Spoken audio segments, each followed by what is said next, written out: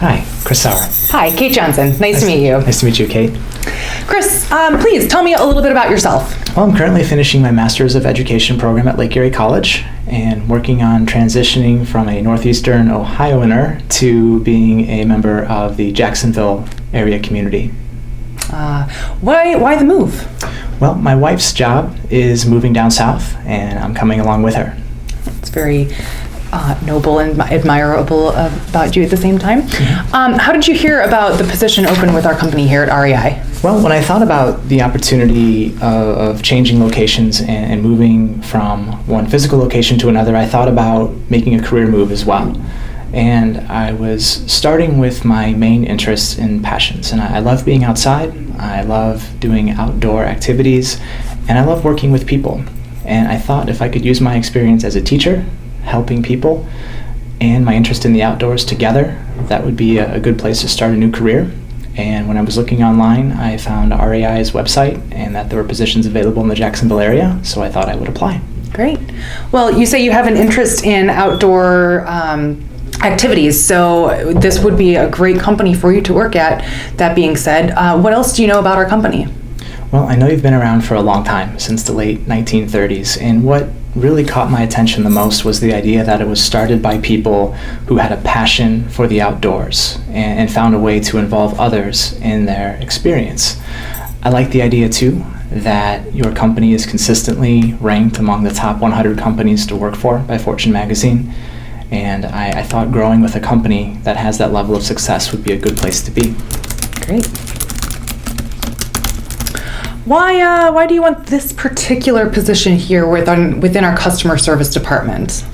Because I want to start in a position that allows me to learn everything about the company, from the very basic level of interacting with the customers all the way up throughout the sales process, the marketing process, and the production of goods and services. When I saw the opportunity for customer service, I thought it aligned very well with the skill set that I have, and also with some skills that I could bring to the company that might be unique. Can you tell me a little bit more about these skills that you would transfer from your previous line of work to our department here? Sure. In education, it's all about making the customer or student feel comfortable and helping them grow. I feel that within a company like REI, it's the same philosophy, getting a customer comfortable with the product and helping them grow as they advance in whatever sport they happen to be participating in. Why do you think that our company should hire you specifically amongst our pool of candidates that are interviewing for this position? Sure. I think one skill set that I have involves my background in education. Teachers are among the highest stressed professionals in the workplace, and REI offers a number of products that help alleviate stress by getting people outdoors. And teachers also have a lot of downtime in the summers. My thinking is that once I learn the ropes and advance within the company, I'll be able to market the services and products that REI offers specifically to the teaching profession. Great. I have to ask this question.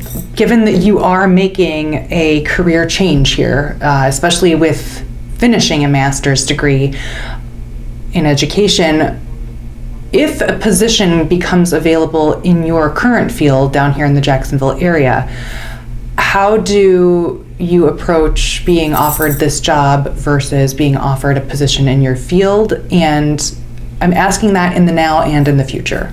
Sure, that's a great question. I'm not pursuing further educational opportunities within that profession. I feel like this customer service opportunity, the chance to work in a field that I enjoy as much as teaching, is a place that I could grow into long term. Great. So what I get out of teaching is working with people and helping people become a little bit better than they were when I first met them. And that skill translates very well into REI's mission. And so I don't anticipate leaving a successful career for something I've already done. I feel like this is a natural confluence of my two interests. Great. Chris, what would you identify as your greatest professional strengths? Well, I think patience is probably my greatest strength. That translates across the careers. Being able to listen to a student or customer's difficulty and help them overcome that difficulty with patience and compassion is my greatest strength.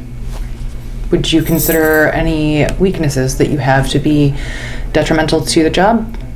I think there's a risk when it comes to compassion. I think people can misinterpret compassion as being easy or willing to roll over, when it's important to understand that compassion is something that is earned and it's interactive. And I feel like if I establish clear boundaries with customers, clients, students, they understand that I am understanding, I am patient, I am kind, yet I'm also going to hold the people I interact with to a high standard. To date, what would you say is your greatest professional achievement? Personally, becoming a teacher, earning a master's degree, those have all been wonderful experiences for me. But the greatest achievement would have to be working with young people and helping them get a little bit better at communicating with the world around them. Chris, can you tell me about a challenge or a conflict that you've faced in the workplace and how you would deal with it? Sure. Within the education profession, there are challenges every day. You're dealing with hundreds of different personalities and interests and levels of enthusiasm. So being able to engage students with content in an enriching way is part of overcoming a conflict or difficulty. I think building professional relationships is another way to deal with conflicts, understanding where people come from. Prior to teaching, I was involved with a photography company, photographing events like weddings and bar mitzvahs and very, very important events in people's lives. And a lot of times conflicts would arise. So again, just like in teaching, overcoming those conflicts with patience and listening to the client or customer's needs is very important. Now, you are interviewing for a position that is not an entry-level position, and there is the possibility that those in our company that were overlooked for this position may have some animosity regarding the new hire for this position. So how do you approach this potential challenge here at the workplace?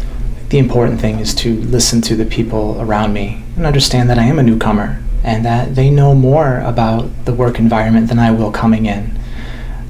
I think because I have a friendly demeanor and I'm not confrontational when meeting new people, that in time we'll have a chance to earn each other's mutual respect and understand that we both want the same thing, the company to grow and us to grow within the company.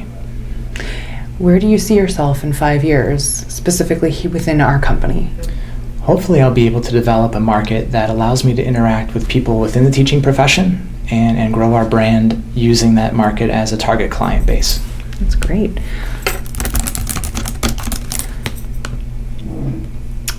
Are you interviewing currently with any other companies? And if so, what interests you about those particular companies as well?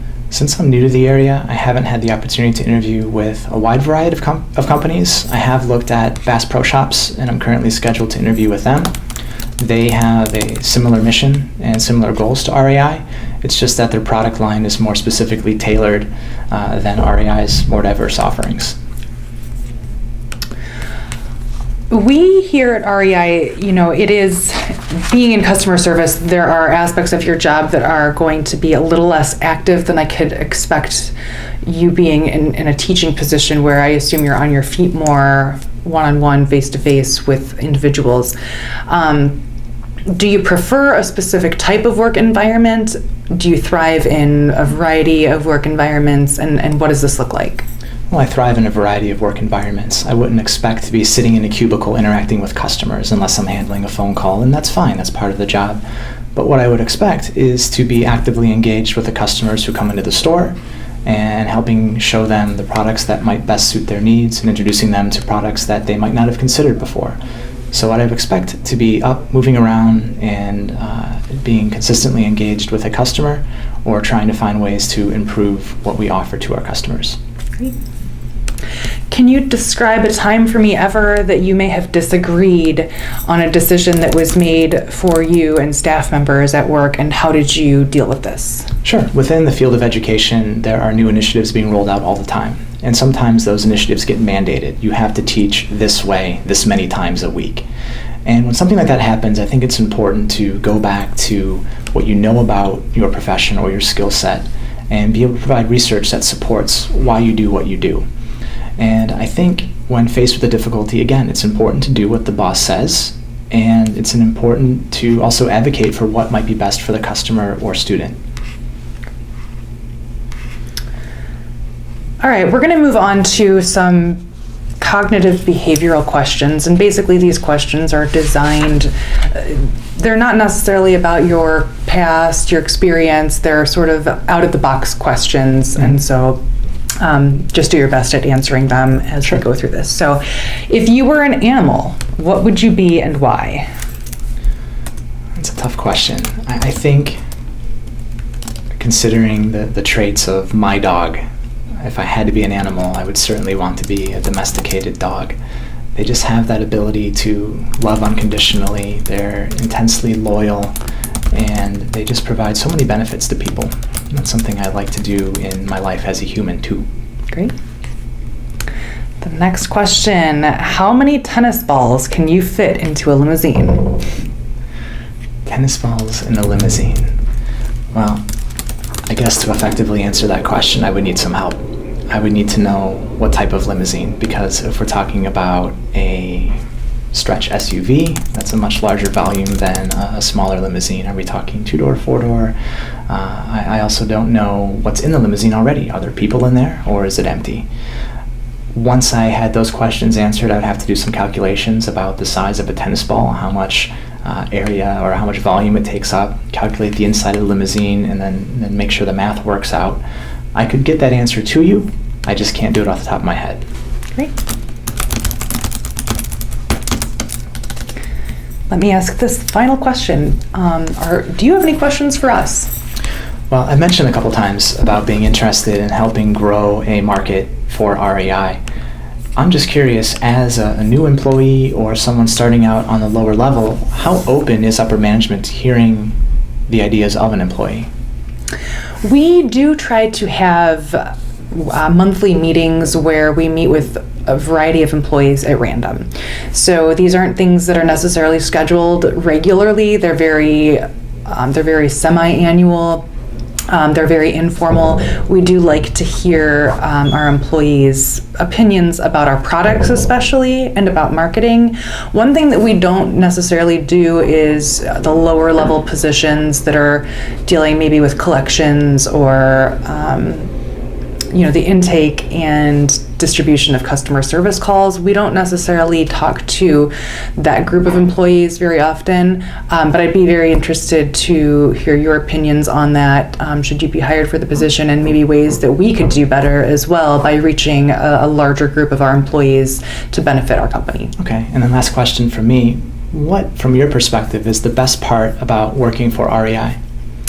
I think the work atmosphere with our company is very welcoming, and even in my position and somewhat upper management, those that I work for that are above me, we're very good to our employees. And I think because of the treatment of our employees, we retain employment.